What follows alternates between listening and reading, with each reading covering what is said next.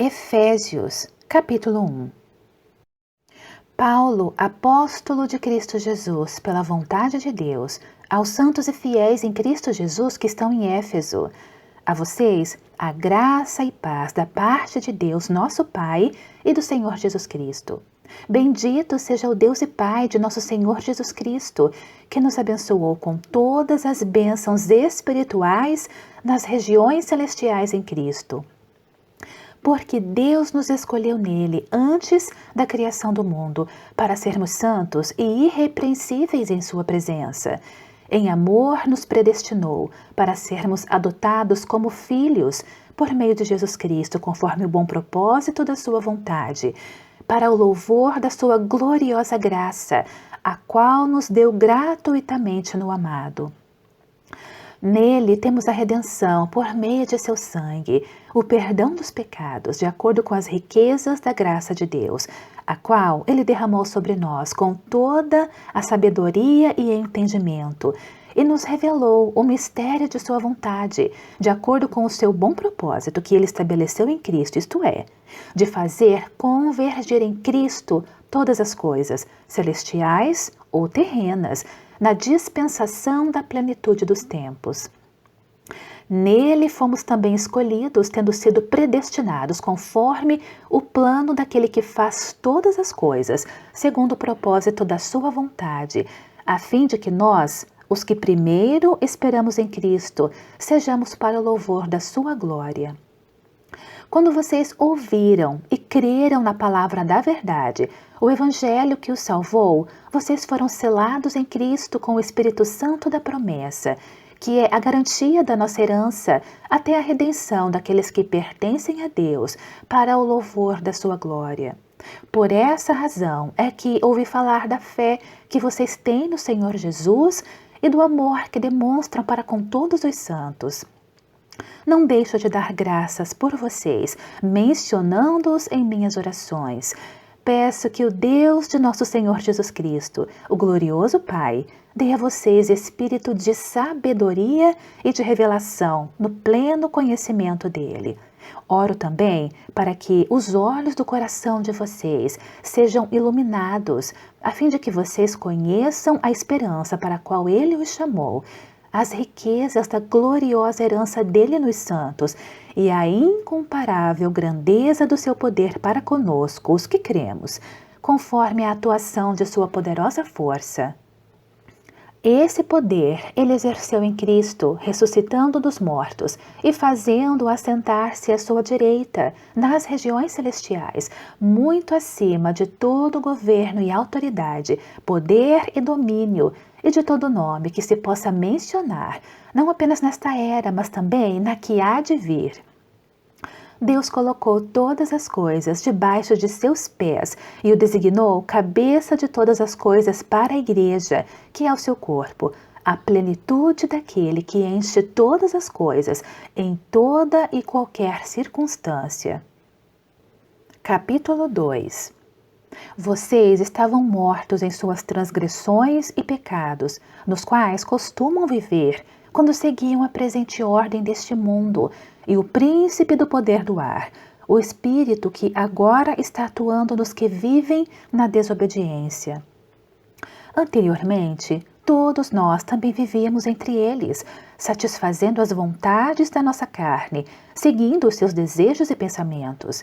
Como os outros, éramos por natureza merecedores da ira. Todavia, Deus, que é rico em misericórdia, pelo grande amor com que nos amou, deu-nos vida com Cristo quando ainda estávamos mortos em transgressões. Pela graça, vocês são salvos.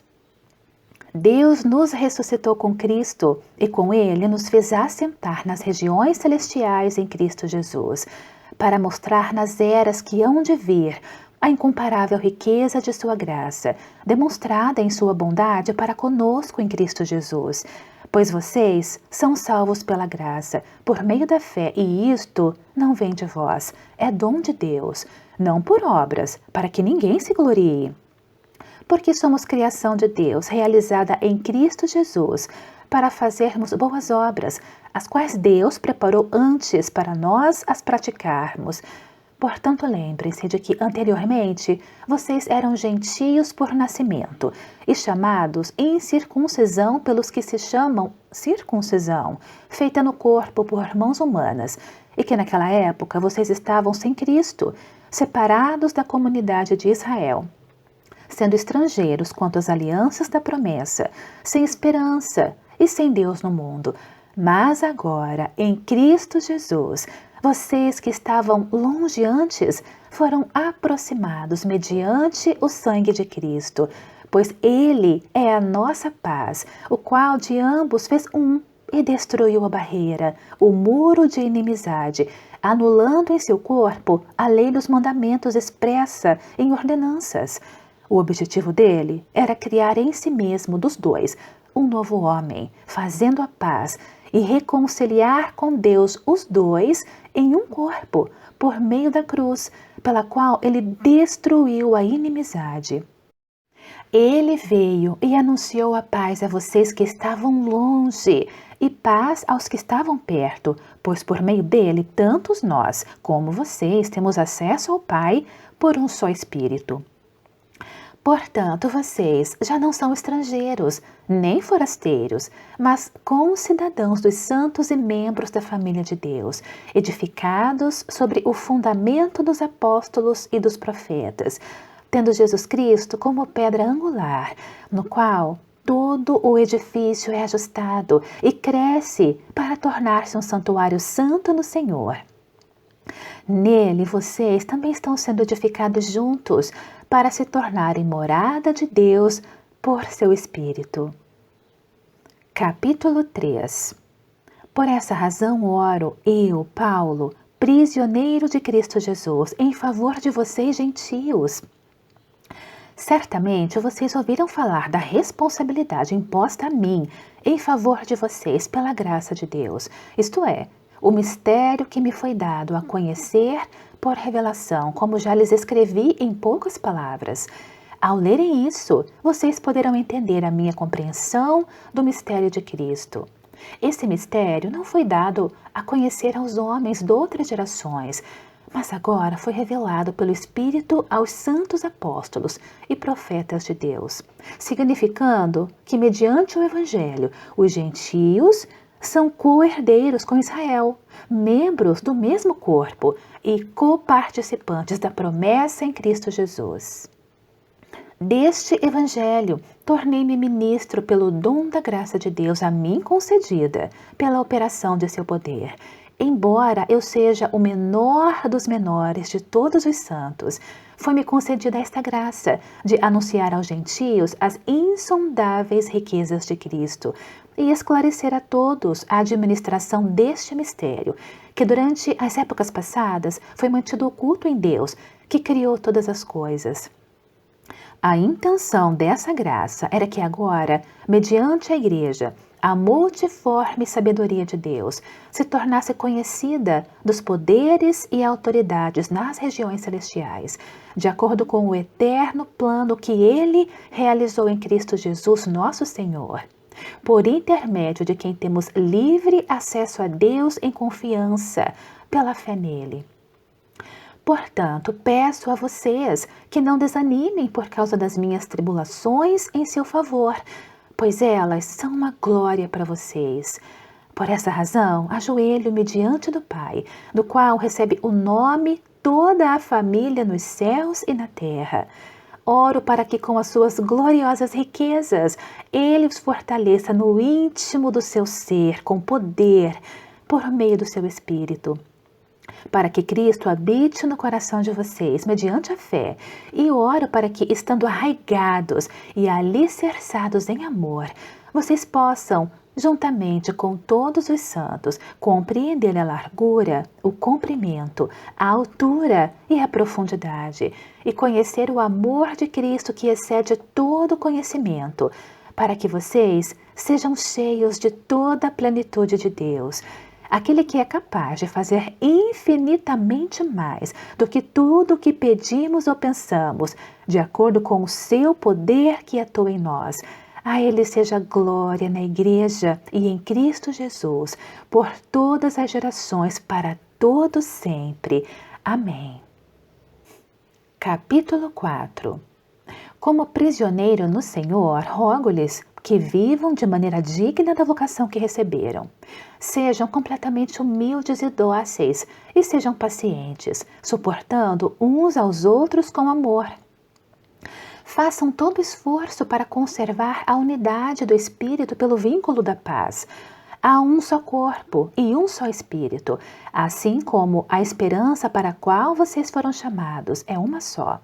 Há um só Senhor, uma só fé, um só batismo, um só Deus e Pai de todos, que é sobre todos, por meio de todos e em todos. E a cada um de nós foi concedida a graça, conforme a medida repartida por Cristo. Por isso é que foi dito, quando ele subiu em triunfo às alturas, levou cativos muitos prisioneiros e deu os dons aos homens, que significa ele subiu, senão que também havia descido às profundezas da terra. Aquele que desceu é o mesmo que subiu acima de todos os céus, a fim de encher todas as coisas. Ele designou alguns para apóstolos, outros para profetas, outros para evangelistas e outros para pastores e mestres, com o fim de preparar os santos para a obra do ministério, para que o corpo de Cristo seja edificado, até que todos alcancemos a unidade da fé e do conhecimento do Filho de Deus e cheguemos à maturidade, atingindo a medida da plenitude de Cristo. O propósito é que não sejamos mais como crianças, levados de um lado para o outro pelas ondas, nem jogados para cá e para lá por todo o vento de doutrina e pela astúcia e esperteza de homens que induzem ao erro. Antes, seguindo a verdade em amor, cresçamos em tudo naquele que é a cabeça, Cristo. Dele, todo o corpo, ajustado e unido pelo auxílio de todas as juntas, cresce e edifica-se a si mesmo em amor, na medida em que cada parte realiza sua função. Assim eu digo a vocês, e no Senhor, insisto, que não vivam mais como os gentios, que vivem na inutilidade dos seus pensamentos. Eles estão obscurecidos no entendimento e separados da vida de Deus por causa da ignorância em que estão, devido ao endurecimento do seu coração. Tendo perdido toda a sensibilidade, eles se entregaram à depravação, cometendo com avidez toda espécie de impureza. Todavia, não foi isso que vocês aprenderam de Cristo. De fato, vocês ouviram falar dele e nele foram ensinados de acordo com a verdade que está em Jesus. Quanto à antiga maneira de viver, vocês foram ensinados a despir-se do velho homem, que se corrompe por desejos enganosos, e serem renovados no modo de pensar e a revestir-se do novo homem, criado para ser semelhante a Deus, em justiça e em santidade, provenientes da verdade. Portanto, cada um de vocês deve abandonar a mentira e falar a verdade ao seu próximo, pois todos somos membros de um mesmo corpo. Quando vocês ficarem irados, não pequem. Apaziguem a sua ira antes que o sol se ponha e não deem lugar ao diabo. O que furtava, não furte mais. Antes trabalhe, fazendo algo de útil com as mãos, para que tenha o que repartir com quem estiver em necessidade. Nenhuma palavra torpe saia da boca de vocês, mas apenas a que for útil para edificar os outros, conforme a necessidade, para que conceda graça aos que a ouvem. Não entristeçam o Espírito Santo de Deus, com o qual vocês foram selados para o dia da redenção. Livrem-se de toda amargura, indignação e ira, gritaria e calúnia, bem como de toda maldade. Sejam bondosos e compassivos uns para com os outros, perdoando-se mutuamente, assim como Deus os perdoou em Cristo. Capítulo 5. Portanto, sejam imitadores de Deus, como filhos amados, e vivam em amor, como também Cristo nos amou e se entregou por nós como oferta e sacrifício de aroma agradável a Deus. Entre vocês não deve haver nem sequer menção de imoralidade sexual, como também de nenhuma espécie de impureza e de cobiça, pois essas coisas não são próprias para os santos.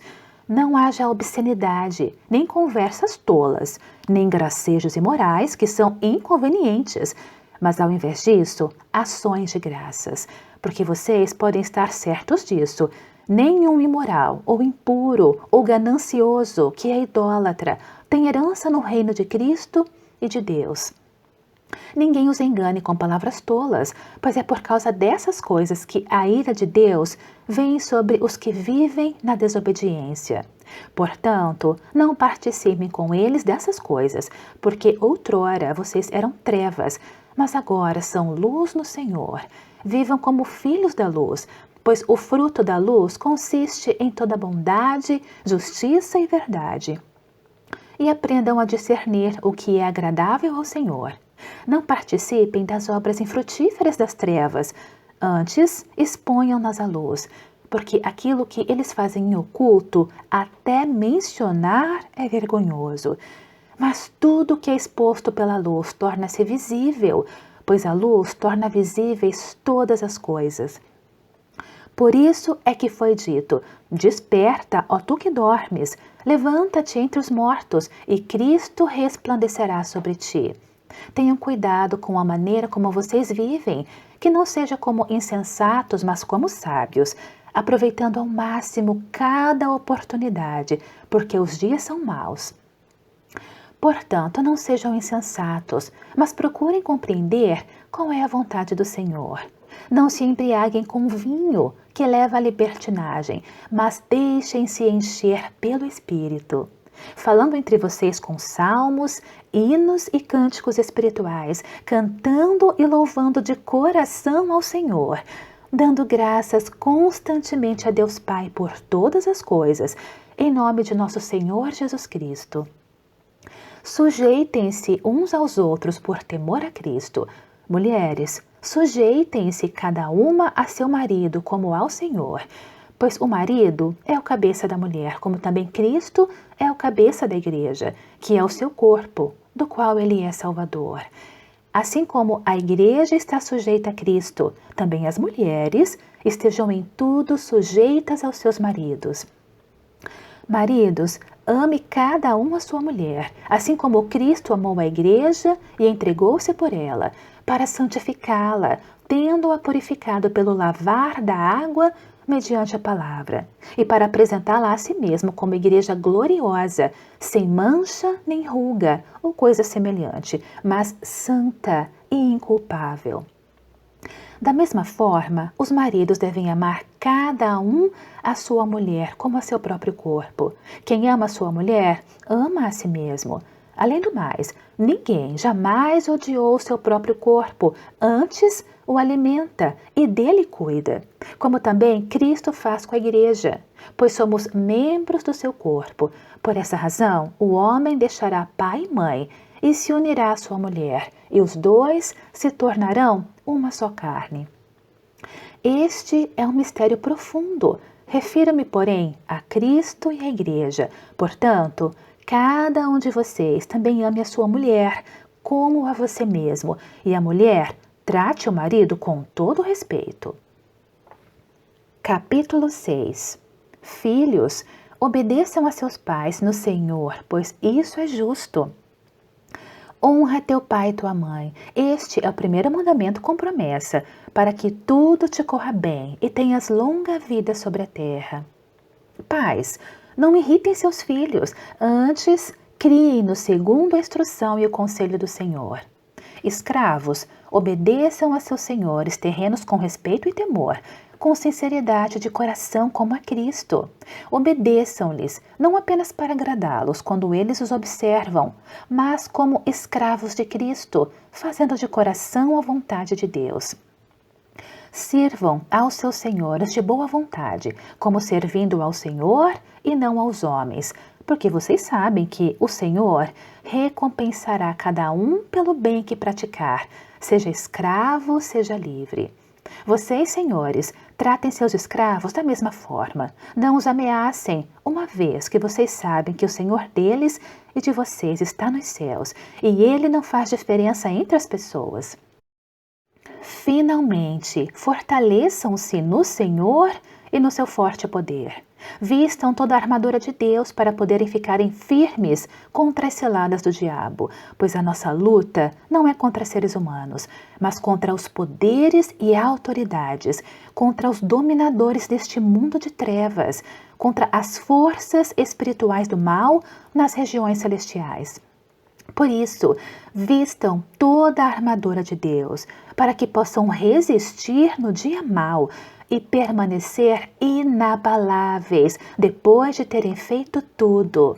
Assim, mantenham-se firmes, cingindo-se com o cinto da verdade, vestindo a couraça da justiça e tendo os pés calçados com a prontidão do evangelho da paz. Além disso, usem o escudo da fé, com o qual vocês poderão apagar todas as setas inflamadas do maligno. Usem o capacete da salvação e a espada do Espírito, que é a palavra de Deus.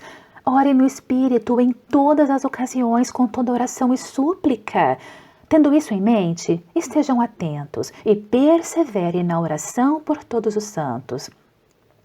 Orem também por mim, para que quando eu falar, seja-me dada a mensagem, a fim de que destemidamente torne conhecido o mistério do Evangelho, pelo qual sou embaixador preso em correntes. Orem para que, permanecendo nele, eu fale com coragem, como me cumpre fazer. Tíquico, o irmão amado e fiel, servo do Senhor, informará tudo a vocês, para que também saibam qual é a minha situação e o que estou fazendo. Enviei-o a vocês por essa mesma razão, para que saibam como estamos e para que ele os encoraje. Paz seja com os irmãos e amor com fé da parte de Deus Pai e do Senhor Jesus Cristo. A graça seja com todos os que amam a nosso Senhor Jesus Cristo com amor incorruptível.